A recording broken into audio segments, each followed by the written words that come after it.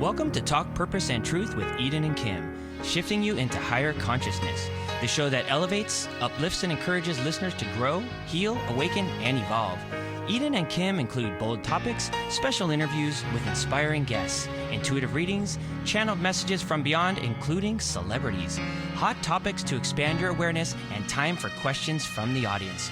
Tune in for unprecedented truth, authenticity, on-purpose discussions, and magical moments.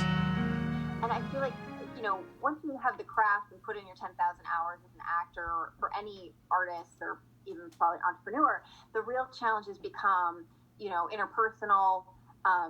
They become how you deal with conflict with other people, how you deal with travel, time management, like all the things that I feel like most people are just not taught that are the most profound in being successful. So, I feel like when it's like, well, what is the most challenging thing? I'm like, well, the acting is easy. It's dealing with people that's the problem. Yeah, Dealing I get with that. time management of how can I prep this and do this and make sure this other area of my life is, not sinking, or how do I travel? How am I traveling back and forth between two cities? I think that those are the things that I found as I became more confident and competent in my craft that were the most challenging. Yeah, that's interesting because today I read a little article with Lady Gaga saying that partly what would cause her still even anxiety and depression is she'd wake up and go, wait a minute, I'm this person that's supposed to be an icon and I have to keep up with this insane schedule and I don't know if I really want that. I didn't realize it was all of that. And so it reminds me, of course, she's doing amazing things in the world, but it makes us all say, okay, well, then I'm not feeling guilty for going, I have kids. I don't know if I really want to be traveling all over the place. You know what I mean? Yeah. Right. I think that's why, in the guidebook that I wrote, it has you look at what you want every year, because we change. What I wanted 5 years ago, what I wanted 10 years ago, what I'm going to want 5 years from now, it evolves. When I was younger, I was all about playing soccer. Now I could care less about playing soccer. So I think like you said, it's, a lot of times these things we say, oh, this is what I want. And then you actually get behind the smoke and mirrors and you say, oh, is this what I want now that I know what this is? And I think that's a real turning point for me, especially when I decided how, I want to be a mom. How involved do I want to be as a mom? What kind of roles do I want to take? What kind of roles do I want to be putting out in the world? Things like that. So it's what is my legacy as a person versus I just want to go from job to job to job and be kind of unconscious about it. So, I think that those are the real challenges as we evolve and, want to have a full life. Right. Yeah, I love that because it's what does it really mean instead of just achieve? It's let's choose the things that I feel have meaning. So that's a great point for any purpose or career. Yeah. Yeah. I think people get really set on an idea of something and they want it, and then they're not even fully living their life until they achieve that thing. And then they get it and they realize, oh, this isn't necessarily everything I want. I remember reading about an actress, I won't name her, but she won her Oscar. And she went home and was alone in a hotel room crying, and her, that her husband had cheated on her and they weren't together. It's not that means that for everybody, but just that just because someone is in the pinnacle of the limelight or just because it looks a certain way doesn't mean that person's life is all of that. And I think that's why it's so important to be really conscious about what you're creating and, how you decide to manifest what your purpose is along the way. Right. It's just like you said, behind the smoke and mirrors. So totally. And of course, there's so many great things with any fun career. So I could go off and tell a million stories about that, but particularly for about this, what you guys get to, which is kind of more the meat and potatoes of life, what these things that I think are worth kind of mentioning as well, because all you're seeing with artists on social media is their highlight reel. Right. Oh yeah. Absolutely. Unless they're vulnerable enough to to let some stuff out and be real, you know? Yeah. Like you.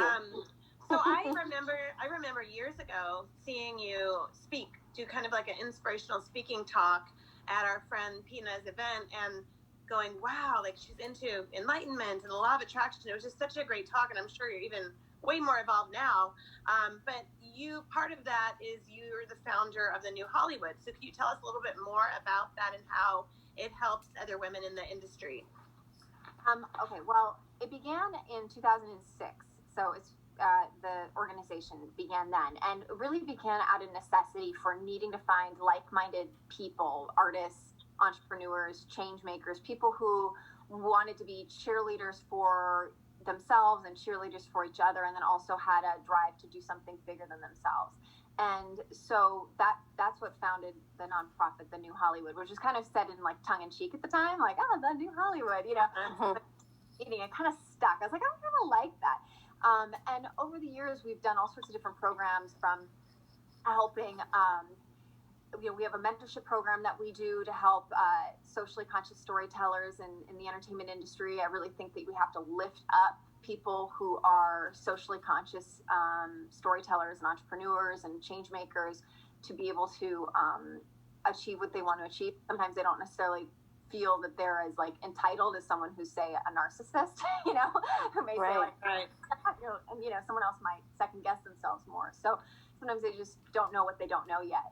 So we have that. We have different like challenges that we do. Like right now, we're doing a Finish the Year Strong challenge with just members. Normally, we do it with non-members as well, but because of COVID, we're adapting. And you know, the proceeds go to help foster youth, and we do different things to help have a give back aspect. So it's not just me, but I'm a real big believer that in order to lead, you have to lead by example. And then it's better if you're with a like-minded tribe. That so much more, you know, ripples of change can happen. So it began with women. There's now men as well, and it's a really fun community that I built originally out of necessity, and also just to help kind of navigate, especially when I was in my 20s, just all the predators in Hollywood. You know? Yeah. Trying to find people who were safe and more conscious, and you know, who had a goal that wasn't just to be famous but to be an artist. And I think that's you know, that's where what kind of was drawn to me. And then now there's a lot more entrepreneurs as well, which is cool. So are there so I think that's just, and this is common. Absolutely. I mean, it's I see it a lot when celebrities have a mental health episode or a bipolar episode, and people just are like, oh, they're, you know, I mean, I'm guilty. I'm sure in the past I've done it. You know, you get caught up in it and go, they're so annoying, they're crazy, and then you go, oh my God, I didn't know they were going through that. You know, right. So we all have to be careful of that. And the guy, Too quick to remember judge. I told you I saw an actor talk about the other guy in the movie with Chadwick, one of Chadwick's movies. I don't want to name his name, but he was a fellow actor with Chadwick, and later on Access Hollywood or ET or whatever, he admitted, he said, I feel so bad because he was my good friend on the set, and I would talk crap about him and say, oh, his wife is coddling him. Why is she always there taking care of him? He's so, you know, he thinks he's all A-list or whatever. And he said, oh my God, I just want to apologize to him up there because I was judging, and it was because he was doing work anyway, even though he had stage 4 cancer. You know, Quick to judge, too quick. Well, I think that's hitting on like a bigger issue of like what happened to Jenners, what happened to the Golden Rule, you know, and what happened, like, you know, if you don't have anything nice to say, don't say anything at all. You know, of course we're going to judge as part of our human, you know, it's part of our brain to judge or make assumptions. But I think that it's a bigger issue around, you know, why are people spending so much time online, wasting their precious time and energy, spouting out negativity? What are they not looking at within their life that is addressed? Because if you have all this time to spew out hate online, what pain are you not looking at within yourself? Why are you putting it out with someone else that has nothing to do with your life? You know, and it's not there. He's not on a reality show, so he doesn't. Nobody, and even if he was on a reality show, he's, you know, it's not anyone's business what's going on with someone's life behind scenes. So why do people feel so entitled to that information, as if like, oh, well, if I would have known, I wouldn't have been an asshole. It's like, well, how about you just don't be an asshole? Yeah. And why don't you focus on your life and be like, oh, that's weird, he's really thin. Okay, I wonder if something's going on, and go to what's important in your life. You know, instead of taking the time and energy to be angry and hateful. And it's just so interesting, because it doesn't align with most people's values, and yet their actions online atrocious. It's like, right. It's like have you experienced that with especially playing the villain? Like in real life, have people treated you strange or treated you like you were that character? Yeah, there were a handful, especially when I was on General Hospital. I had a handful of people that were kind of nasty online, but it's like you just don't give them oxygen. You just like don't acknowledge them.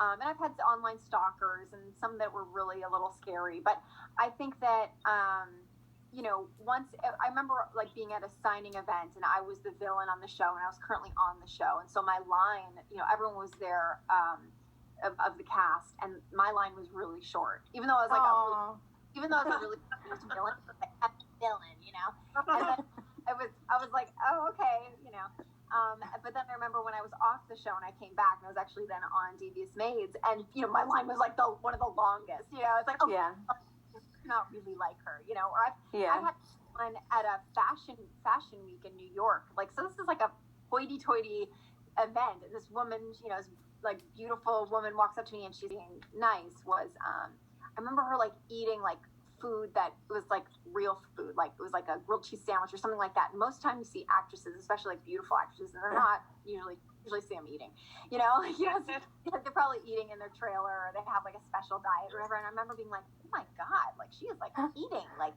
she's like really loving it. I was like, that's great. And then later I found out she was pregnant. I was like, oh, well, that makes sense.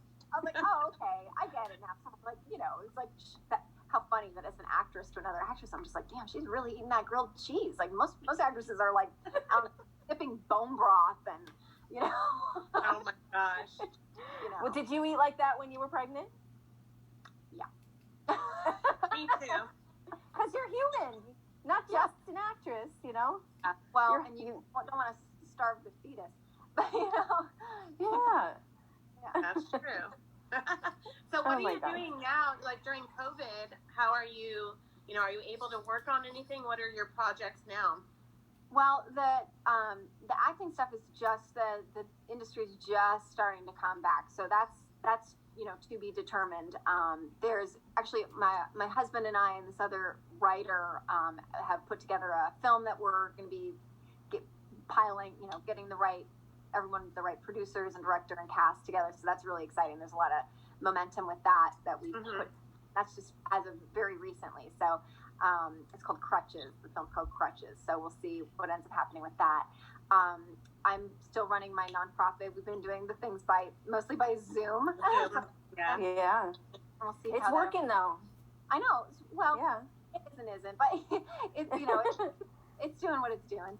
And then the big thing I'm doing is I'm doing a huge revamp for my book, Manifesting Your Mission guidebook. And this year I'm doing a big revamp, which I'm really excited about, because during COVID, I offered a free Zoom like workshop, to kind of like back and to do in lieu of our mentorship event.